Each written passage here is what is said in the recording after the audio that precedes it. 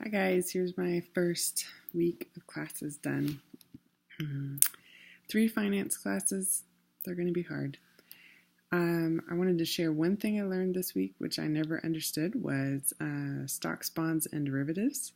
So I think I always kind of knew that stocks were based on company equity. So basically a company says, hey, we want to raise some funds to expand our company, so we're going to sell ownership in our company. And we put that out as an initial public offering with the help of an investment banker, and then people buy it, right? But most of the investing that we do as common citizens is on the secondary market, so after it's already come out as a public exchange, we trade with each other. So I'll buy some of your Apple stock, and you'll buy some of my Walmart stock, and then we kind of trade that price around. So those are stocks.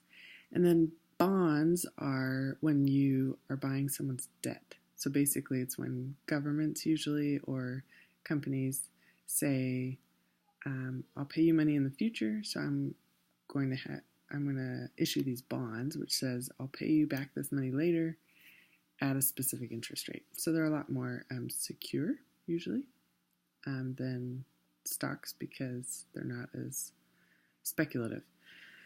And then you have derivatives, which I've never understood unless you've watched The Big Short. That makes it a little clearer. But derivatives are when people bet on the prices of stocks. So they may short a stock by saying, I'm going to bet that Apple's stock, for example, falls below $50 a share. And if I'm correct, then I get paid. I make a difference. Let me see if I can explain this again. So if you short a stock, basically what you're doing is instead of buying a stock and then selling it later at a profit, you're actually selling the stock first, which doesn't make any sense, I know, and then buying it later at a discount. Let's see if I can wrap my head around this. So if I buy like $1,000 of Apple stock today, no, that's wrong. Try again. If I sell $1,000 worth of Apple stock today, that means I'm going to get the $1,000 profit from the broker right up front, and I'm shorting it at $700, whatever. So when it reaches that price, I've made $300 because I predicted it was going to fall that far, and I buy the stock at $700. So I get to keep my profit of $300. Hopefully that makes sense. But if anything, derivatives are when you derive the value of that exchange from the speculation you make on the price of the stock. People also do derivatives based on futures, which I think is just like sci-fi. Like they can speculate on the price of corn in 10 years, or well, probably in the next year, not 10 years. They can buy futures in like weather predictions, which if you've watched This Is Us, I think that's what they're suggesting, that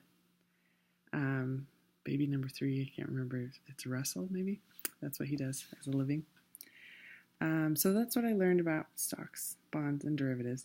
I also learned that the money markets, so when you buy money market funds, those are like really short-term exchanges. So instead of buying debts or equities, you're actually just kind of trading around money in like a week to a few months fashion.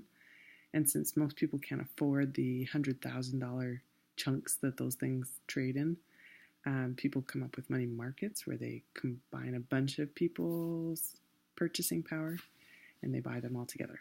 So that's what I learned today. No, this whole week. That's only really for my investments class. I spent a lot of time doing really boring finance spreadsheets for the other 2 classes and trying to understand ratios. So maybe we'll talk more about that another time. I also, in good news, got to get my book pick, 3 book picks for my book club. But one of them was The Soul of Money. So if you're going to read that this year too, you should tell me what you think. Sorry, this one was a 5-minute video, not a 2-minute video. Maybe I'll try and redo it. We'll see.